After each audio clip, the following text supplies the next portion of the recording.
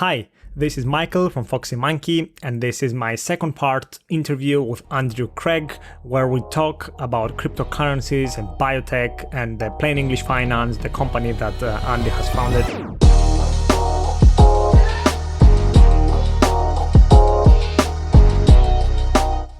I'm very excited about this because I know a lot of you want to hear about cryptocurrencies and not just the benefits that they can offer, but the risks associated with them. Is it more speculation or is it more innovation? You know, what if government bans the cryptocurrencies? Things like that.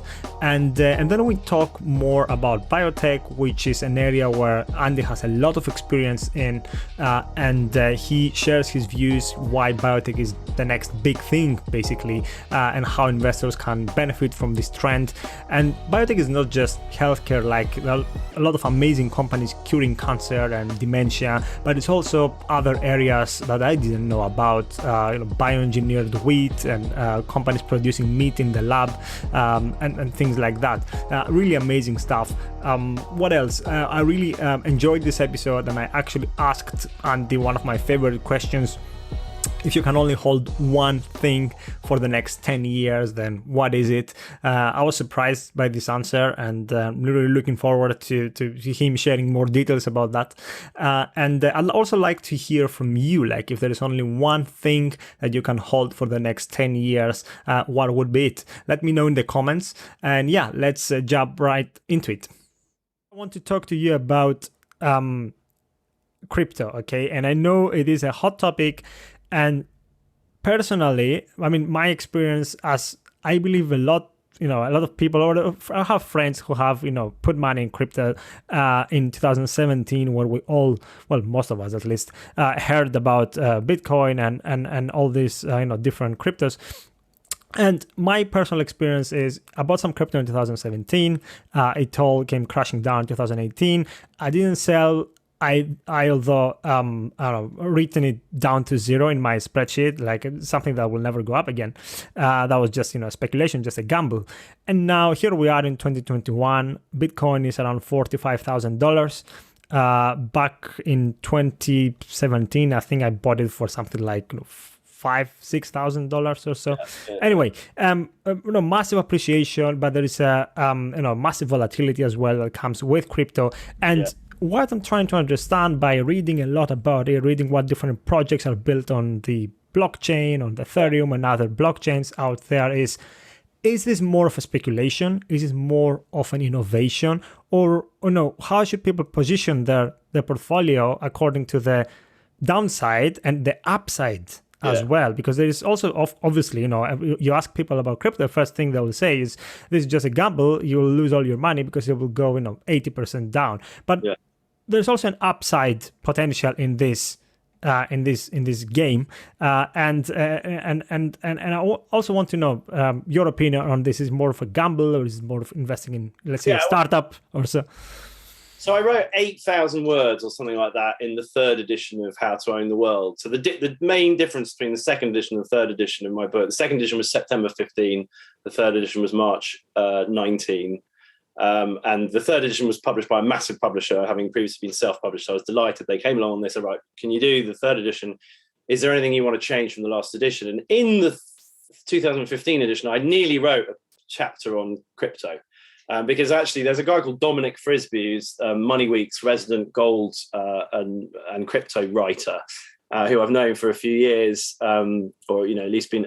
He interviewed me years ago, and I follow him. I'm a big fan. He's a very smart journalist and does lots of other things. But he wrote a book in, I think, 2014 called Bitcoin: The Future of Money, or whatever it was. It's on my shelf somewhere. And he crowdfunded the publishing of that book. And I was one of the people that contributed to getting it published from memory, or was his other book? I can't remember anyway. Certainly one or other of them. And anyway, the reason I mentioned that, so I became aware of crypto really early, right? And knew one of the guys who wrote one of the first, it's still one of the best-selling books on crypto, certainly on Bitcoin.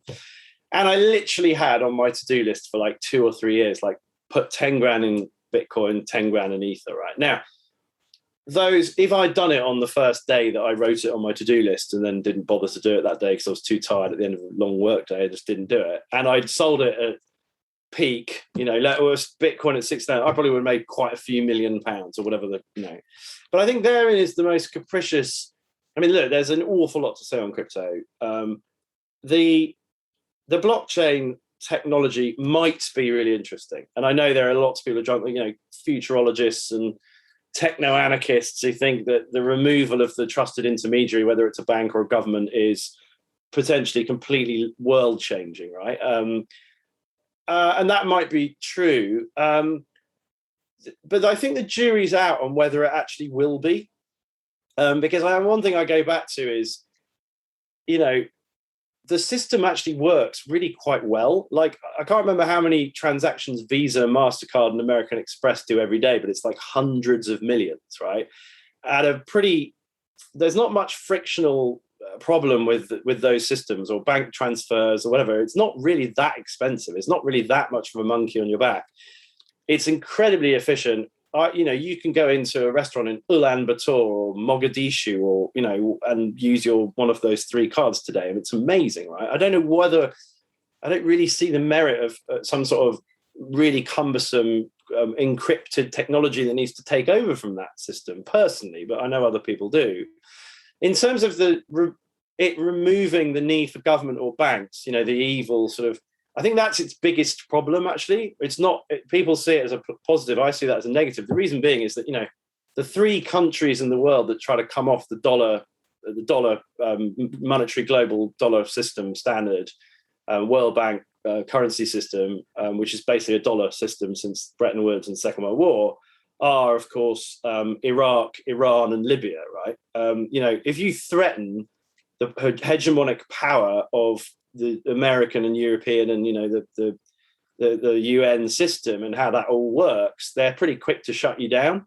And I sort of don't think, ultimately, even if Bitcoin is completely distributed and whatever and atomized across computers all over the world, you can't do that to the person who wants to use it. So it's very, if governments say, look, we don't like this technology, it's threatening our ability to just print money, and don't forget, printing money is power, right? The fact that the Fed can do what it does and the Bank of England can do what it does and the Bank of China, these central banks, that is an incredible source of power for all of these countries and entities and elites. And again, I don't want to sound like a conspiracy theorist, but I think it's pretty simple power dynamics. If you look back at the history of the last several centuries of human progress, is particularly if the Fed and if the American regime feel really genuinely threatened by this new technology that bypass, they'll just make it as illegal to carry a USB stick with all your crypt on it through JFK Airport as it is to carry 5 grams of cocaine. So if you get caught with it, you'll go to prison for 7 years or whatever, and people will probably stop doing it. So I think that's a very big threat. But I said that when it was valued at $4,000. And then it got to $60,000 or wherever it peaked. But of course, this is the other point. It got to $60,000. Then it went back to $29,000, 3 weeks ago? And now it's back at $45,000. The simple fact of investment and growing wealth over time is the more volatile an asset is, the more likely you are to lose money in that asset, right? And this is, I often describe what the thing that really pains me about crypto is, as somebody trying to educate the population about ISAs and all the old school stuff that's been around for 200 years, shares, right? Only 8% of people in this country take the decision to invest in shares themselves unilaterally, right? 8%, you say? 8%, right? Wow, I didn't know about that. 92% of British people have never gone, I will buy these shares or this fund. They have shares as part of their pension that their employer provides. Part of the company, yeah. Or sometimes they only have home buyers investing only in Marks Spencer. But I know, this is the point. So that's the reality. These products have served us incredibly well for 200 years. They've served the Rothschild family very well. They've served Oxford and Cambridge very well. They've served, there's another point I always make, is the richest 1% of people in the world, I think, are just the people who have made the most use of these products, right? They're the most financially literate 1% of people in the world. It's the correlation and the causality run the other way. Most people go to the stock markets for rich people. No. If you learn about the stock market, you're more likely to be a rich person, especially if you do it over many generations, like something like the Rothschilds, right? Who are much maligned, by the way, in error, in my opinion. But anyway, we're sliding off, digressing again. But one thing people not own it at all. the reason I got more excited about it is because there are a lot of smart people and a lot of rich people that own. You see people like, Ray Dalio come out and say, yes, I own some Bitcoin. You see Mark Cuban, you see, Kathy Wood, who runs, a big fund, the RQTF, and other people that come out and say, you know what, in such a world, there is no a small allocation to crypto is even accepted now, without that meaning that it's a recommendation, but they own it themselves, right? Yeah, but a small allocation is. I mean, that my conclusion in that 8,000 words in the third edition of my book was basically, look, you should treat this lot as any other speculative, in the same way that you treat owning a small biotech company or a racy single stock, because it could go to zero, it could go up a whole lot. But this is the point I wanted to make is, and by the way, if Ray Dalio allocates 0.5% of his personal wealth to crypto, that's still hundreds of millions of dollars. Yeah. Okay, so or Elon Musk for that matter, who I didn't mention. But actually, I think it's quite remarkable how few of the really big hedge fund types have adopted crypto in any serious way. Like none of them own 50. None of them have put like 50%. They haven't gone, all right, apart from some of the really crazy racy New York hedge funds. MicroStrategy and so on. Yeah, but like who are specialists in that area. But like I've spent the last 7 years talking to big institutional investment. Well, sorry, the last 22 years, but since crypto has been around. But I don't really know any people, proper investors, big hedge funds or big institute or sovereign wealths that are, they've got skunk works projects to put like 1% of their assets in it, and which when you've got $200 billion is a lot, right? But it's not a big commitment overall or a big change of direction. If you say BlackRock are getting into crypto, I laugh because BlackRock, what have they got at $900 billion? They're not, they might be getting in. Sorry, no, $9 trillion. I think is what they've got. And they're not. They can't have more than a few. I don't know, maybe even 100 billion of that is in some sort of crypto. I think they also, probably follow the money. So if their clients want to have exposure to crypto, they have to offer it, right? Why would they offer something like that? That's the point. If it is appropriate for a speculative element of everyone's portfolio, which today is between sort of 1% and 5%, then that's 1% and 5% of global assets, which is, if everybody agrees with that, well, they won't necessarily, but that's which is a lot of money for sure. But yeah, I wanted to come back to the point I made. The thing that really pains me when I made the point about 92% of British people don't invest in shares or know or learn anything about them, right? What's really painful to watch is how many young people, particularly, and people probably from the age of, I'm 46, from my age down, right, have never invested in a share, don't know what an ISA is, wouldn't know how to open an account with one of the investment platforms. And they go all in crypto. And to me, that is really tragic. And it happens in every cycle. It happened in 1999 when everybody was buying .com, pets.com, losing $1 million on every bag of pet food shipped. All these terrible companies that had squeaked onto the stock market. And everybody was buying them and they'd never bought like a proper sensible big company. It's the same every time, and I always, the way I describe this is that to me that's like you've never done karate before in your life, right? And you go to the dojo for your first lesson and you don't fight with your white belt and you just go straight to fighting black belts, right? Because trading or being involved in crypto as an asset class is the most black belt of activities, and it's wildly volatile, and it could go to zero. And the other thing I'll say is, to your question about the fundamentals versus, is it just speculative or is it fundamental, right? Well, the internet, there's no cash flow. Yeah, but it's a technology though. But the internet was fundamental, right? In 1997 or whatever, it was clearly fundamentally going to change the world, right?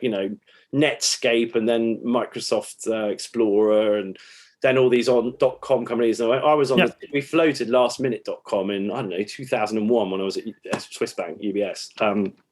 And it was really clear it was going to change the world. But actually, if you look at, everybody uses Google now, right? But there was Univista, Lycos, America Online. So my point is that whenever there's a great big discernible megatrend, like potentially blockchain is, and like the internet was back then, it takes many, many years before you know who the winner is. And along the way, they're the wreckage of hundreds of companies that go. And a really good example of this is Nokia. Like I was broking Finnish equities, doing European equities when Nokia was like a 200 billion euro company, and every single, Nokia was in the. It was a big player back then. It was the only player. I mean, it was like Nokia was like a ludicrous percentage of the market, and then Ericsson was behind them, and then I can't remember. Motorola, I think. Motorola, that's right. And then, if in 1999 you'd said to people who were buying shares in Nokia when it was valued at 80% of the Finnish stock market, the whole stock market, right? And it was the darling, and they would go. I remember sitting next to a bunch of Nokia managers in a bar in Seattle one evening and just listening in and checking them out, and they were all like wearing sort of really expensive black Armani t-shirts and shiny black jackets, and they all looked like Hollywood movie stars. I thought, God, that's probably got to be somewhere near the top of the market. And they were clearly staying in this amazing hotel and all that. But maybe I'm being a bit unfair, and that's a not particularly relevant anecdote. But the point is, if you'd said Apple, who at the time were like this quirky little manufacturer of like weird coloured computer, like pink computers that Granny liked, and they were just probably beginning to be researched. If you'd said within 10 years, Apple will have absolutely destroyed Nokia and taken all of their market share in the mobile phone market, you would have been laughed out of the room. Everyone was like, what? Apple? Like, what are you talking about? What happened? And so Bitcoin and Ethereum are like the obvious discernible winners in the crypto space. But for all we know, literally within 10 years, and 10 years is not really a long time, maybe within 7 or 8 years, they might both be gone, and a complete something out of left field might have come and wiped the floor with them in the blockchain space.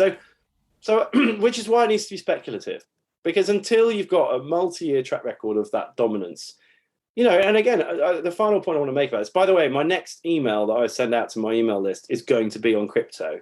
Sneak preview. That if you sign up.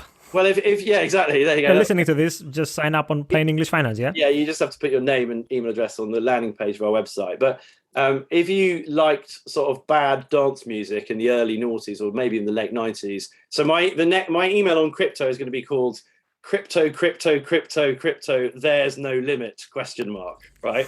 I don't know if you remember anyway, that for people, I don't. You don't, people of a certain age will find that funny. My wife doesn't. She's like, nobody will understand what that is, but you will understand when I send the email. But anyway, one of the other points I just wanted to make about crypto, right, is that our whole shtick, our whole message to people, I mean, our mission as a company is to improve the financial affairs of as many people as possible. That is our stated mission as a company. And I think that the way to do that, like we want to do that, we want people to learn about the nuts and bolts. We want that 8% I talked about earlier to become 80%. I mean, in a perfect world, right? And we want participation in equity markets, participation in financial markets. And we want people to learn about long-term, sensible investment, asset allocation, 100 minus your age, I talked about earlier, all this good stuff. So basically, finance becomes actually quite easy and not stressful, and sleep at night. And it's nowhere near as hard as everybody thinks it is to implement these basic rules. And if you do that, you will become wealthy. Like, over 20 plus years, if you do this and you save 10+% of your income and you have a vaguely good job or even a pretty mediocre job, you will become wealthy. All right. Now, therefore, if that's our shtick and that's what we want people to do, we don't need crypto. You don't need to make 100 baggers. You don't need 100x things that could go to zero to achieve that goal, right? So the final point, I keep saying this is my final point. The final point, as a corollary to that, is one of the other problems with crypto is the amount of time it takes. Like, our approach to investment is trying to just do a set and forget. Look, here are a bunch of elegant things that have worked for like 2 centuries. Do this, set up this direct debit, ISAs, sort your pension out, go and get on with your life. Don't sit there looking at screens and which shall I buy Cardano today and sell Dogecoin? Just set up a standing order every month. I think it's a tragedy that all these young people at the moment, particularly, are spending hours and hours and hours every day glued at screens and on chat channels on Facebook going, what do you think about, what about this? Or this white paper's come out. It's like, what a waste of time. But it offers the get-rich quick avenue, right? Or at least the promise of a get rich quick, because only crypto can give you the 10x, 100x promise, which obviously is a risk that it won't happen, because that's the risk. And it happens every 10 years. .com, like, there's always some crazy. Now, look, I think crypto is a bit more fundamental. .com was, to my point, .com was predicated on the fundamentals of the internet changing the world, and the internet did change the world. But most companies in the .com thing that people want to invest in went to zero. And we're in exactly the same situation in crypto right now. Crypto will probably change the world, but most coins on coinmarketcap.com will go to zero. And no one has a crystal ball. Yeah, well, that's it. And so I think it's a real shame. I think it's great if people want to get involved in that and be interested in it once they have sorted out all the stuff we talk about.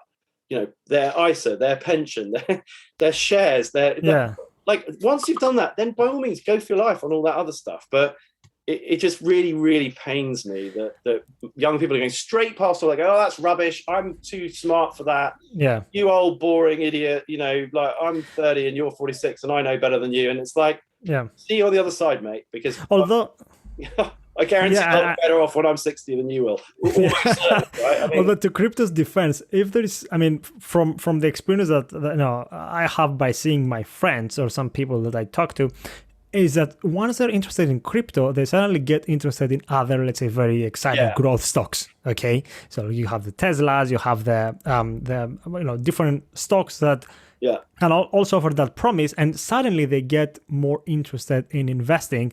And had it not been for going all in on crypto or losing any money, they wouldn't be interested in other asset classes, which is funny. That is a very, very good point that I'd not previously. And actually, it's really obvious to me now you said it, because we've had so many people get in touch saying, "Oh, I got interested in finance through crypto." And but I should obviously encourage everyone getting involved with crypto on that basis. Hopefully, we'll catch a bit of the slipstream when they come back and go, "Oh, by the way, what about this stock market thing?" That is a good point, and I hope that. But I just hope that happens. Because the fear I have, because it happens so often in every cycle, is actually what happens is if your nose is wiped on the floor and you hemorrhage and get wiped out, you then retreat into cash and property and nothing else for the rest of your life. It happened in the global financial crisis, 07, 08, 09. So many people are like, I'm never doing just cash, no stock markets for me. And it's crazy. And people make these decisions before they've even spent, like, they've read one investment book. It's like, I've decided never to invest in the stock market. It's like, well, do you know anything about the stock market? No. It's nature, right? It's like, some people just want to learn by doing, and education should definitely come first. That's the most important thing, and understanding history as well, not just education, but understanding what has happened. Because I really like what you said about past performance, which can be seen in every single, fund prospectus. Past performance is not indicative of future results, but actually it is, because if it wasn't, then we wouldn't be buying, the Audis and the good cars, or we would be buying some other cars, right? That have had problems. You wouldn't have all those people in London being Manchester United fans, that like, well, not so much anymore. I'm so bad at football, but depending on when you're viewing this. No, that's right. And governments would always be. How do you decide to elect a government out? Because based on their past performance, based on history, exactly. Yeah. What about other aggressive assets like biotech companies? And I know you have an expertise in this area, and you have quite a lot of experience. And personally, I got not involved, but whether I wanted it or not, I learned a little bit about vaccines and CRISPR and whatever the different methods and gene editing, and a little bit because I started watching these YouTube videos, and how the YouTube algorithm works, where one thing recommends the next thing, and then suddenly you're watching how gene editing works and how vaccines are made, or different things about biology and technology that can be combined. And being a software engineer, that was very, very interesting to me, and particularly now that we have the processing power in order to understand more and run more calculations on top of data that we either didn't have or we couldn't process. Okay, so talk to me about the biotech companies and why they can an is this really a peek into the future? Is this going to change the world? And how can investors get exposure if the answer is I'm yes? super excited about biotech. I'm obviously influenced by the fact that I've just spent 6.5 years as a partner at a biotech specialist investment bank, where I've had very privileged access to the senior management of very small biotech companies, not the big ones, the ones that are coming up from universities. But I think that at the coalface of where some really amazing things are happening and great technologies. And so the email you replied to when you got in touch with me and invited me to do this, the one I sent the other week about leaving my day job, I shared the fact that I've just got a new 2-book deal with my publisher, with Hodder, the big publisher that published How to Own the World. So I keep pointing at this up here on my bookshelf. You can show it. It's a beautiful book. There we go. That's the old. Well, it make you laugh because that was our self-published first edition. I see. So fast forward 7 years, it's a slightly upgraded version, thanks to the good work of a top publisher. And they are a very big publisher. I mean, they do, really, really big. I'm really honoured to be in their stable. But one of the reasons I felt happy to leave the day job was because I'd sort of got a sense that I was pushing at an open door if I wanted to write another book. And actually, I've ended up getting a 2-book deal offer from them. One is basically reacting to demand from literally hundreds of people who got in touch with us over the last couple of years and said, love your book, but could you do a version for teenagers or like young adults, because it's so important. And I was going to give a copy to my 16-year-old daughter and 16-year-old son, but it's a bit, your book's a bit too complicated. So actually, I'm currently only tomorrow morning at 8 o'clock tomorrow morning, I've got a call with Yanni and Gaia, who are 16 and 14, soon to be 17 and 15, with whom I'm co-writing the How to Own the World 14s. Amazing. So that's the first book deal we got. Very, very exciting. Yeah, well, we are really excited. Now, I've got a few potentially really good collaborations with a couple of financial education charities, and basically I'm hoping to get into a lot of schools when we launch it and all that sort of good stuff. So watch that space. But the other one, the 2-book deal I got, the other one was for a book. The working title is "The Future is Biotech," and to go through the list of reasons why I think that so the last 30 years, the biggest successes have been Apple, Amazon, Facebook, tech companies. Big tech, right? And tech has changed the world. Last mile delivery, Uber, Airbnb, all this stuff, right? And we've seen it. The tendrils of tech, and the fact we all of us use one of those, and all that good stuff. I think biotech, ultimately, to go back to my point about human progress, equity markets, equity value is created by real economic progress, like real wealth. So, we were just talking about crypto for a while. To me, that might create real economic wealth, but at the moment, it's just a massive speculative frenzy, right? The company that cures cancer with a pill is going to be a $1 trillion company, right? A company that has perfect diagnostics for cancer from a blood test is going to be a valuable from a blood test, not a horrible operation that my mother had to have when she had breast cancer, where they had to stick a needle in her back and scrape at, biopsy, right? I mean, something non-intrusive. Yeah, just a simple. I know a company that has a simple blood test that they put on a microscope slide. They run through their machine, and they can find one cancer cell in 1 billion red blood cells. That's how sensitive it is. And then you can look at it, use any downstream analysis that they currently use on a biopsy to decide you've got prostate cancer, it's aggressive, or you've got breast cancer, it's metastatic, or whatever. So these are just 2 examples. The imaging technologies that are coming, the drug design technologies that are coming, as you said, CRISPR, gene editing. So I've already written a plan for the book, like a chapter plan. And it is basically like, what is biotech? Where's it come from? What is it? When did it start? Probably late 80s with people like Genentech in California, and what's gone on. And I think humans have a terrible tendency. There's a great quote from a guy called Thomas Babington Macaulay, who was like a Georgian era, I think, like 1750s, whatever that was, British historian, who said, by what process is it that we see nothing but progress behind us and expect nothing but deterioration in front of us, right? And I think we're terrible at that. We all assimilate progress and then take it for granted immediately, and then massively underestimate the power of exponentials and how fast technology can move.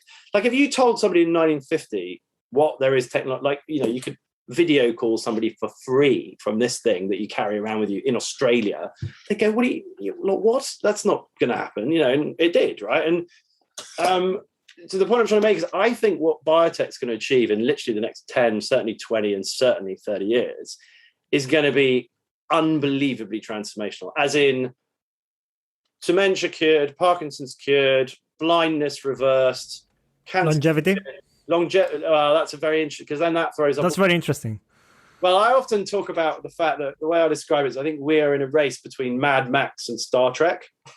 So like if technology wins, we'll all be like super wealthy, you know, everyone will be like healthy and wealthy and live in beautiful apartments in mega cities and stuff. Or Mad Max, it will be this. For a low cost, or Mad Max, or post-apocalyptic, dystopic. Yeah. Yeah, exactly. Okay. Andy, from what I hear, biotech is really, you know, the future. Okay, so it can give us a peek into the future, and from what I hear, there's a lot of angles to it as well. It's not just healthcare. There is, you know, as you said, you know, curing cancer is a massive part of that. Vaccines, gene editing, blind reverse, and all these you know, things to look forward to. And an ordinary investor like myself, or, you know, some people that don't really have the experience that you have in the sector, how do you think that, what's the best way to get exposure in such companies and benefit from that, right? Because if we believe in that trend, why not invest in it? So it's interesting the way you started that question, because the book proposal that I just gave to our publisher and that they very kindly gave me a deal offer on, the working title of the book is Biotech is the Future. So thanks for that. Quite timely. Yeah, I don't know whether it will end up being the title, because we haven't yet done a search to see if somebody else has written a book like that. And it's obviously a pretty ubiquitous phrase. But before I answer that, I mean, just to finish on the theme as to, I guess I just wanted to make the point about how biotech isn't just about healthcare. And, you know, we can come on to maybe talk about agri-tech and power generation. And I think the last time I was speaking, I mentioned, you know, there is a company in Denmark called Novozymes. Danisco and Novozymes are both companies that work with enzymes, which is effectively a biotech technology. And the aspiration there, which I haven't checked in them for a while, it's been a few years, but, you know, the sort of, just to give you an idea of the sort of things, the sort of wild biotech things people are working on all over the world, their basic idea is that they could engineer enzymes that you could throw into algae. So you could grow algae out in the sea in the middle of the Atlantic or the Pacific, treat it with these enzymes, and then get aviation fuel or automotive fuel, so biofuel from algae with enzymes applied to it, which, you know, I mean, my mind is blown. Yeah, exactly. and there's things like, I mean, when you start scratching the surface on these sorts of technologies, beyond curing cancer or dementia or Parkinson's disease, or, you know, all these sort of intractable healthcare problems that we'd all dearly love to see resolved, what the biotechnology industry, I think, is going to be able to do in the relatively near future is really have a hugely transformational impact on agricultural production. So, I mean, your viewers or your listeners are probably aware, I'd imagine, of these sorts of companies like Beyond Meat. I've heard of that. Some of the biggest NASDAQ IPOs of the last few months have been these companies that are trying to do synthetic meat that are obviously vastly better for the environment and everything else, and will save goodness knows how many millions of poor agricultural animals out there in the world, and probably be quite good for the Brazilian rainforest in the fullness of time and things like that. So, you know, engineered meats, massively improve crop yields. I mean, I think sometimes we forget that there's already been a great deal of biotech applied to agriculture. I mean, the population of India at around 1 billion or more than 1 billion now, it could never have got there without dwarf wheat, which was effectively a bioengineering of wheat, which took place, I think, in about the 60s or maybe the late 60s, maybe. And so, you know, when I'm going to write this book about biotech, it's going to be about so much more than healthcare. It's going to be biotechnology applied to all these areas of human development, energy production, agricultural production, all sorts of other stuff. But then to move on to your question as to, okay, how does the man in the street or the woman in the street best to secure access to that theme? So it's it's quite, and by the way, before I answer that question as well, I just have to say that it's very, very difficult for me because we're FCA regulated to make to no financial advice. Yeah, exactly, and to risks talking about specific fund products. But I mean, in the biotech healthcare space, it's actually quite easy to buy very, very big, both passive and active funds that track biotech or healthcare, the nomenclature gets a bit confusing. But there's basically biotech, there's health tech, there's med tech, there's e-health, there's is agritech part of biotech as well? Well, yeah, I mean it's semantics, right? Some people think it is something. It depends on when you're talking about specific technical stock market definitions of sectors, or whether you're just talking colloquial about. I mean, I kind of use biotech as a catch-all for all of the above, which I'm probably going to have to be a bit careful of as I go to publish this book and drill more accurately into how I use the language. And our aspiration also is to launch a biotech fund at some point in the next few months, and whether that ends up, I mean, it's a bit clunky to brand it the Plain English Finance Conviction Biotech, Medtech, Health Tech, Agritech Fund, right? So I don't know whether we'll just use biotech as a catch-all for all of the above. But just to go back to your question, I mean, so on my website, I mentioned earlier a series of 5 articles I wrote, starting in the beginning of 2020 from memory. I think it was 2020.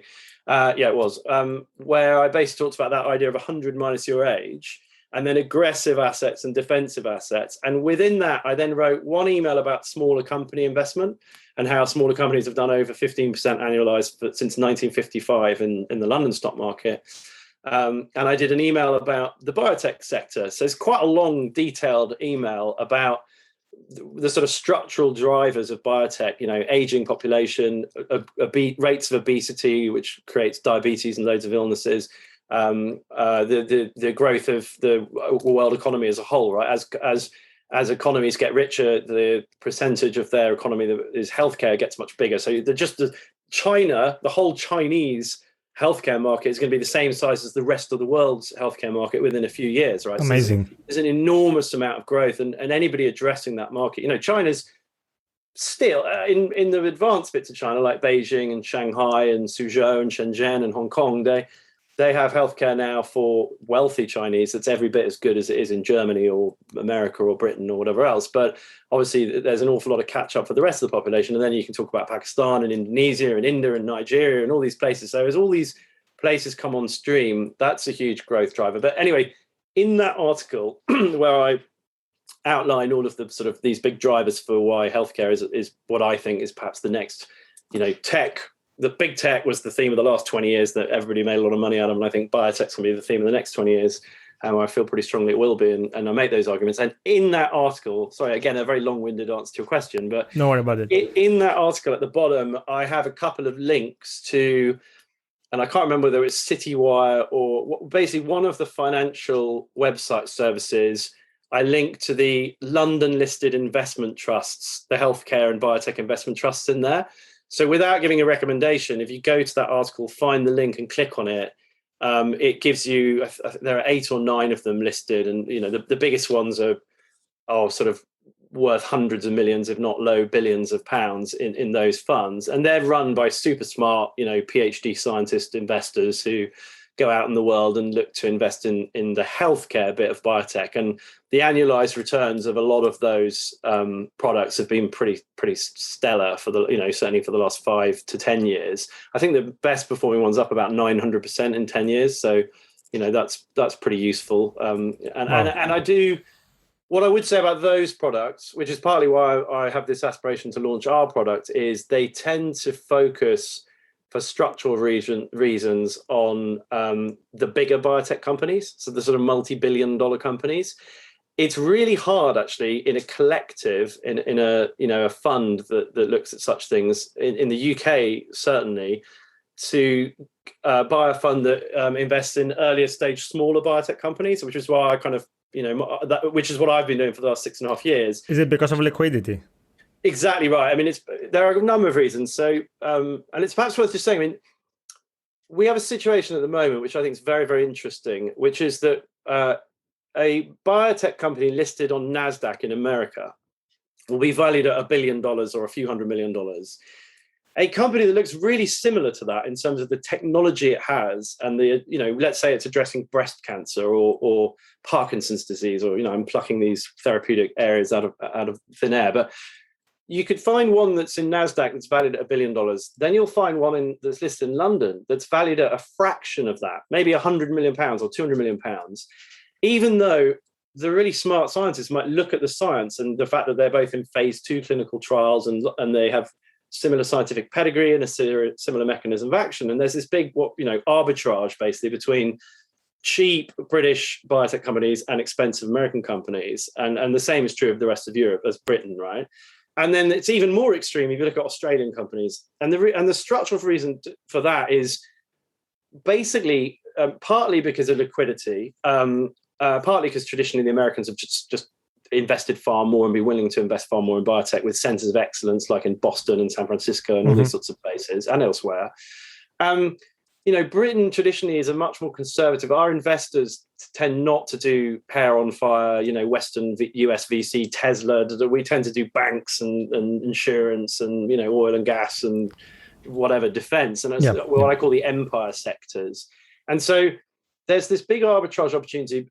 And the reason, this goes to your question about liquidity, the reason that hasn't unwound, because normally we think markets are very global. And, it's like if an investor looks across the Atlantic and goes, wow, look at those companies, that's got 2 phase 2 assets addressing breast cancer, and it's valued at a third of the one I own on the NASDAQ.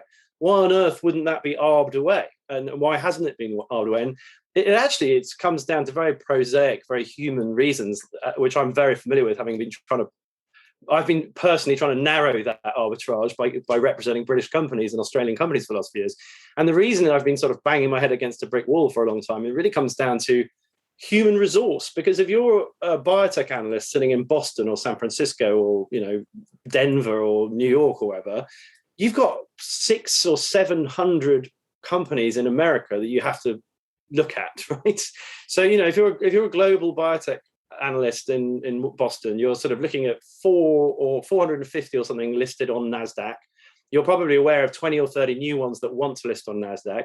You then have to keep a weather eye on all the big biotech companies out there in the world, whether they're in Asia or Europe or whatever, and at least be conversant with what they're up to, because they could potentially be the buyers of the companies you own. But your screening of those other several hundred companies necessarily has to stop at a certain threshold of maybe, I don't know, $1 billion or bigger, or even $4 billion or bigger, because you just can't, you're like drinking from a fire hose. You can't look at hundreds and hundreds. You can't be good on 4,000 companies or whatever the global universe of. You have to pick winners, of course, and losers. And that's and related to that is your point about liquidity is, the Wellington Healthcare Fund in Boston, I think last I had a look, it's got something like $20 billion in it. I mean, whatever it is, the number's very, very large.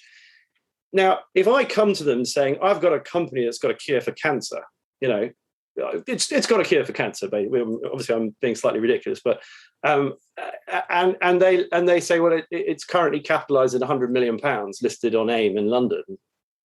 If they've got to do nearly as much work learning about that company and figuring out whether or not they think it's a good investment as they've got to do about a $10 billion company in NASDAQ, right?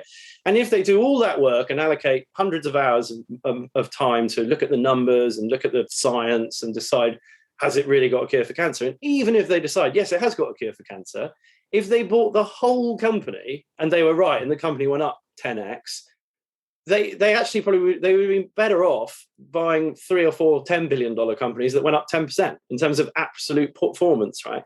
So not enough. Is it not enough shares that you're talking about? Not enough, not enough liquidity. If you're running $10 billion and you want to have 100 positions or you just can't look at companies that are smaller than maybe $5 or $6 billion because you can't because you also by their mandates, they're not permitted. You can't own more than, say, 5 or 10 or maybe 20% of any one. Or small caps or micro caps. It's fund fact sheets and all that. That's right. And so there's this sort of valley of death, or there's this twixt and between for so many really amazing biotech companies out there in the world. And what can happen is that if those companies figure out a way of unlocking that valley of death, which basically means finding some small investors, maybe in Geneva or Zurich or Singapore or whatever, who maybe control 50 million pounds or 100 million pounds. And what these companies need to do is a capital markets journey from, being an idea in Oxford University or whatever to a couple of, with a couple of lab technicians or a brilliant scientist, to then getting a professional CEO, a professional CFO, to then going to a smaller market and smaller investors, maybe some high net worth individuals who sell to somebody who's a multimillionaire and say, look, we really think we've got a cure for our cancer here. We admit it's early stage, but that's why we think the business is worth 20 million pounds, not 200 million pounds. Yeah. They buy, and the journey then happens. And, there's a business in Australia called Imugene, where we were working for them 6 or 7 years ago when it was valued at, from memory, 12 million Australian dollars. So 6 million pounds or thereabouts. It's now valued at 950 million Australian dollars. Wow. Because it's done. Could people invest in that? Could people you could invest have the chance to invest on the Australian stock market right now? It clearly, at all points on that journey, it could have failed the clinical trial and gone bust, right? So that you have to approach biotech in a portfolio way. It's a bit. Somebody made the analogy to me years ago that it's a bit like investing in Hollywood movies. It's like a Hollywood studio will put $100 million into 20 different films. And one of them will be the Avengers or the Avengers. What's the one? Yeah, Avengers. Yeah. Like one of them will be, they'll spend $200 million on it and they'll make $3 billion of box office. And then a whole bunch of them will be Fantastic Four or what will be complete flops. And so, but if you do the sort of risk adjusted annualized return of a portfolio of biotech companies and you get 20, 22, 25 of them, one or two of them might go from 200 million to 20 billion. Like that can actually happen, right? I mean, I'm not pretending it happens a lot, but that can happen. You can have 100x your money, or certainly you can have 20 or 30x your money. Some of them will go 5 to 10x, and a few of them will go bust, and some of them will do nothing and go sideways. So you basically need to diversify. And are there funds that invest in those, smaller cap companies that a lot of the big names are not interested in, but it is actually something that ordinary investors can do? Are there funds out there, or do I have to do the research on 50 companies out there? I've just spent nearly 7 years trying to find them. And the answer is not really, certainly not in the UK. And there, but like anything in life, what's that? The Chinese yin and yang symbol, the word for crisis, and you could potentially view the funding environment for British biotechnology and certainly for Australian biotechnology as being in crisis, because it's so hard for these amazing companies to get the oxygen of enough capital to do clinical trials and prove out their technologies. Relatively few of them have. I mean, it's getting better, but this is to my point that the Chinese symbol for crisis is the same as for opportunity, and there are lots of signs. I see this very, very clearly, that this is beginning to unwind, because basically success begets success. And last year, coronavirus happened, and a bunch of British AIM, the London alternative investment market, was the second best performing stock market in the world last year after NASDAQ, and that was mainly driven by sort of 10, 12, 15 biotech stocks that all went up 5 to 10x. A lot of diagnostic companies, that many of which I know really well. And there are companies that I couldn't raise money for at a 20 million pound valuation in 2019 that are now valued at 600 million, and everybody wants to invest in them. And that must be very frustrating. Yeah, it is actually. Although I'm delighted for all of those management teams. They make well.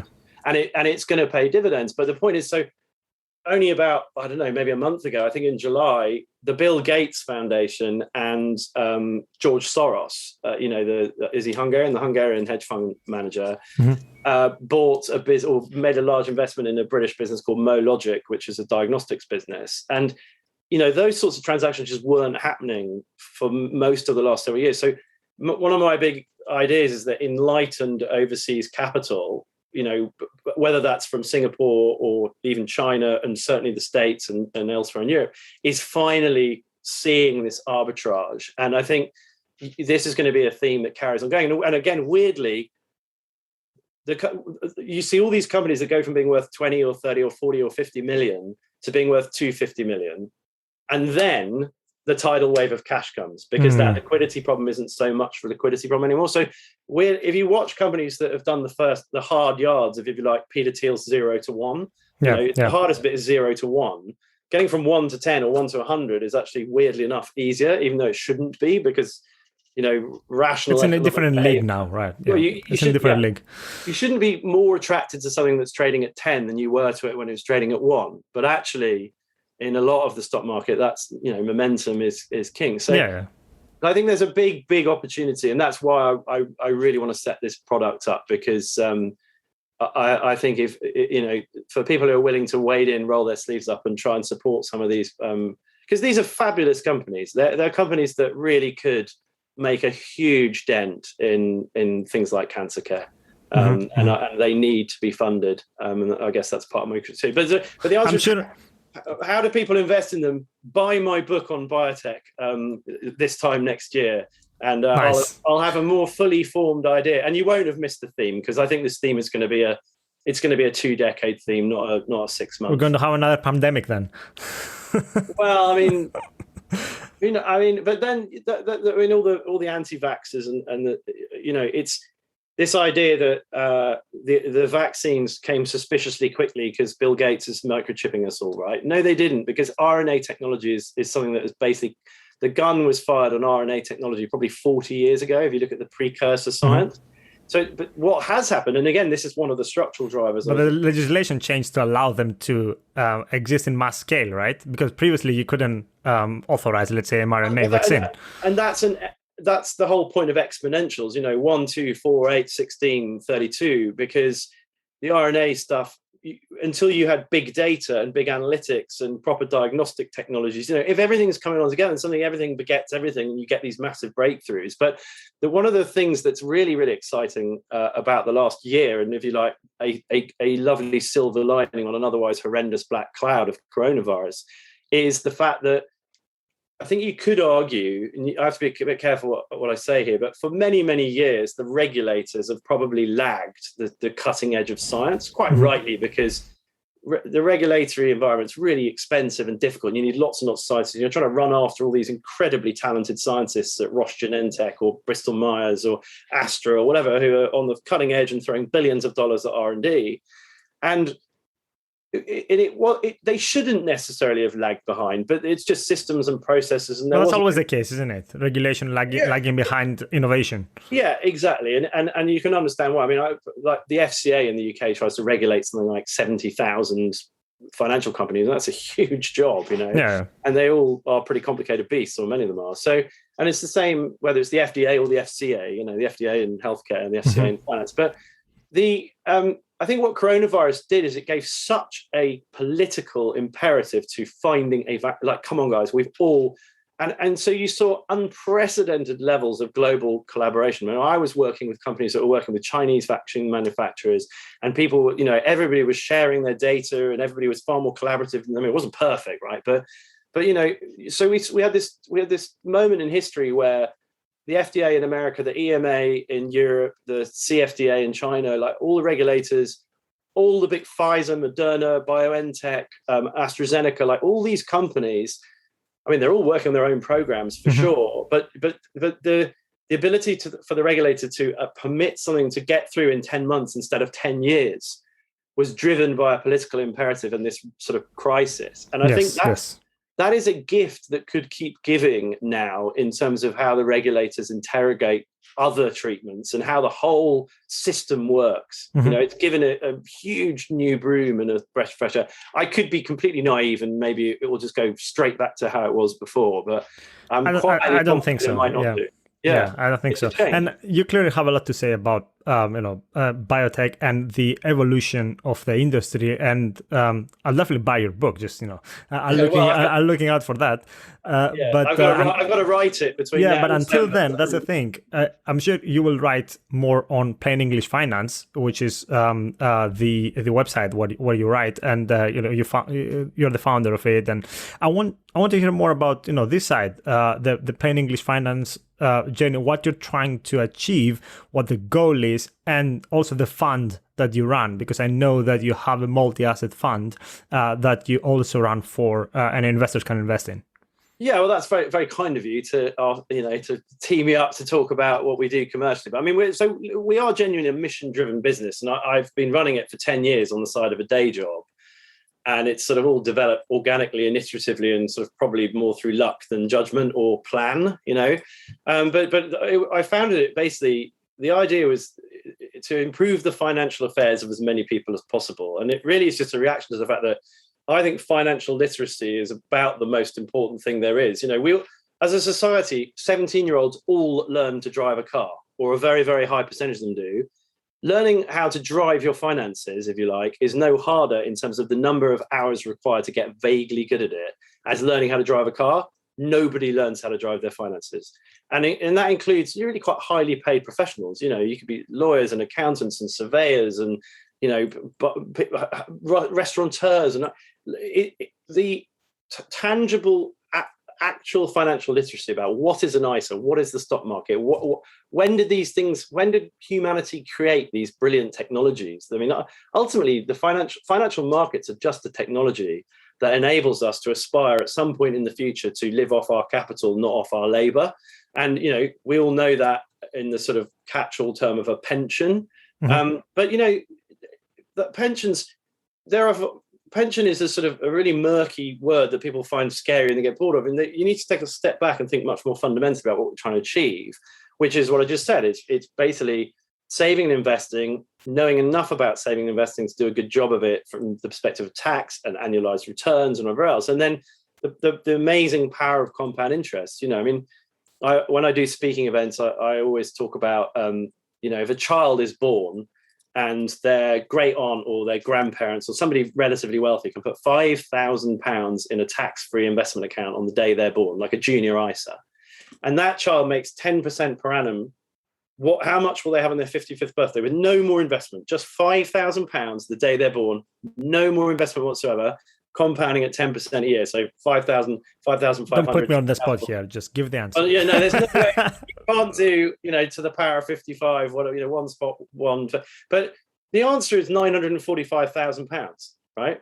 So, wow.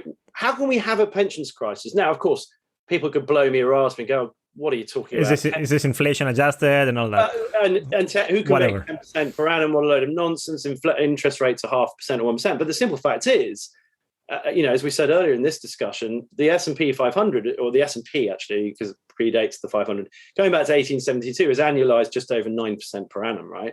Now, I mean, we can unpack that more, but the market's done 9%. Most investors do 5% because they trade in and out and they fall foul of fear and greed. In Britain, most people aren't investors, so they do 0.5% in an ISA, or a cash ISA, not a stocks and shares ISA. And I think that is a grotesque national tragedy and a massive failure. And so, we set up the business to try and, in our own small way, address that by sharing. It's not like I'm a guru, I'm a genius, you should invest like this, do this today, do that tomorrow. It's categorically 180 degrees the opposite of that philosophically. What it is why don't we teach people what the stock market is? And why don't we teach people the nuts and bolts, the practicalities of investing in, that idea of 100 minus your age, investing appropriately for your age in terms of asset allocation. Why is my book's called How to Own the World?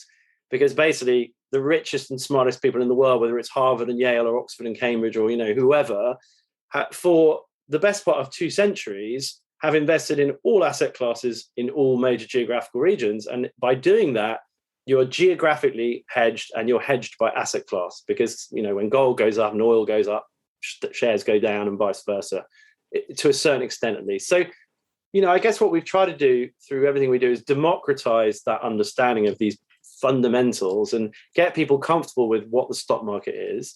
And then, and I say through luck rather than judgment, having done that and having written a book, I was put in touch with a couple of pretty preeminent professors, Professors Andrew Clare and Stephen Thomas from the Cass Business School in London. And, we collaborated and launched a fund 3.5 years ago, which, this is why I want to launch another fund, is because it's a very, very defensive tortoise product, right?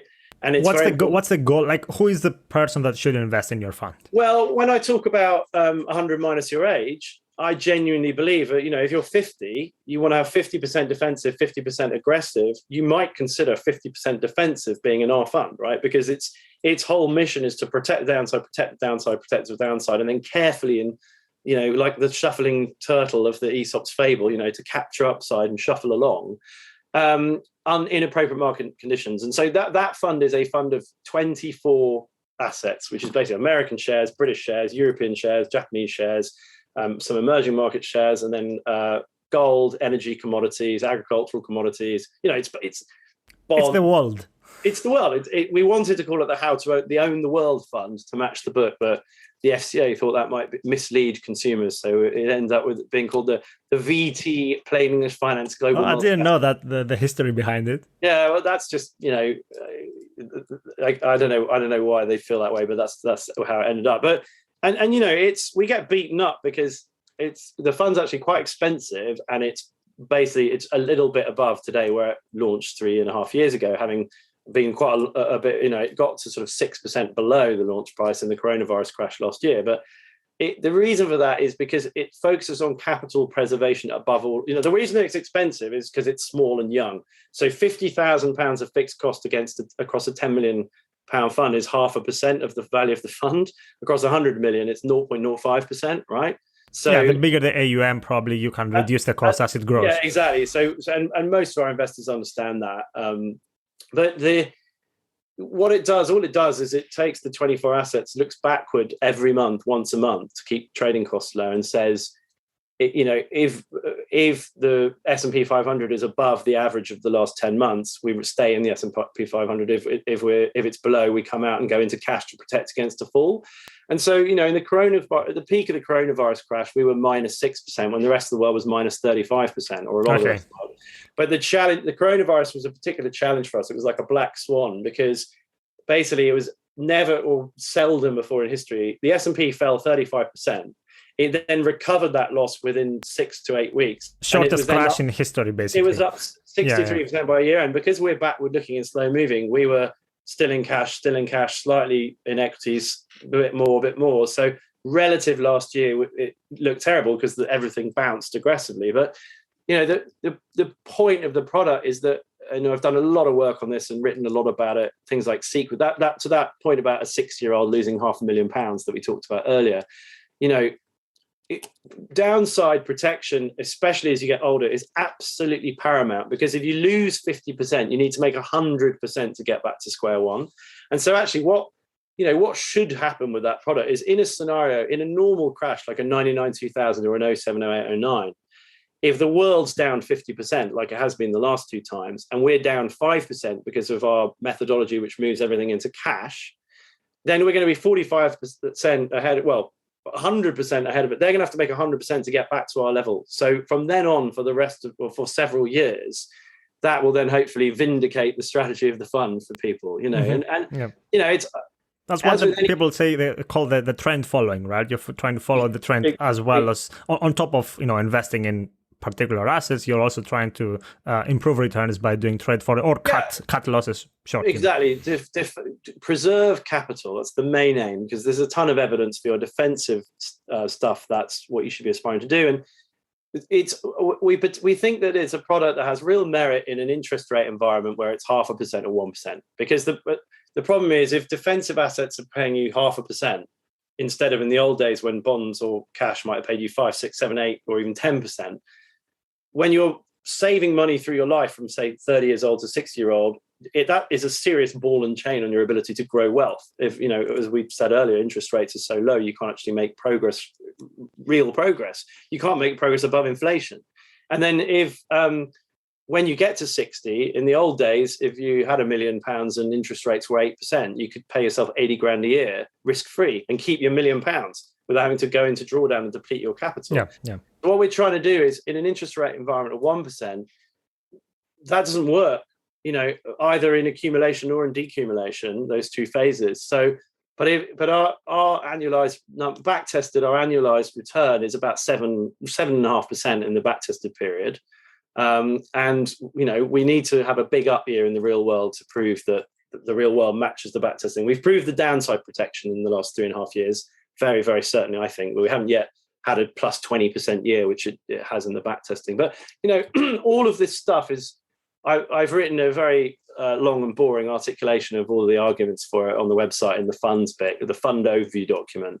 and then a short document that's only 4 or 5 pages, which basically tries to, interest rates are all-time lows, stock markets are all-time highs.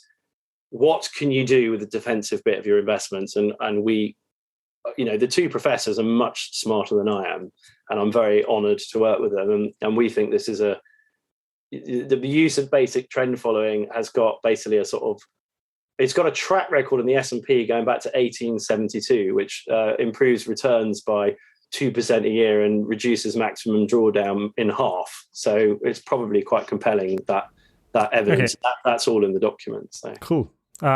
Fantastic. Thank you very much.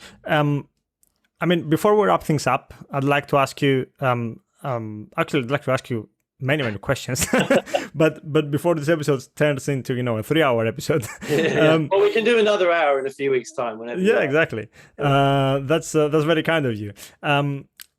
You can only own one asset in the world. Actually, not one asset. You can only own one thing in the world. It can be anything for the next 10 years, but I can only hold one, and that's cannot be your fund. Okay, what is it?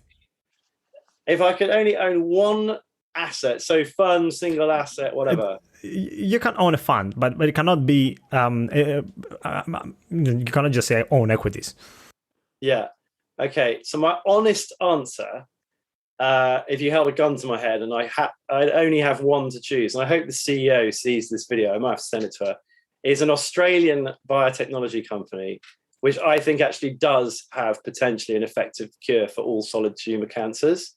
It's a private company, so that you can't actually. You cannot invest. Okay. You can't invest in it yet. I find a gold mine.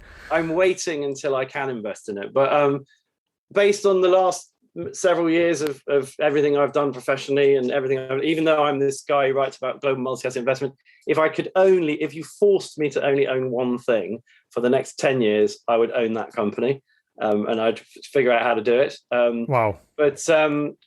So you cannot give us a name here, right?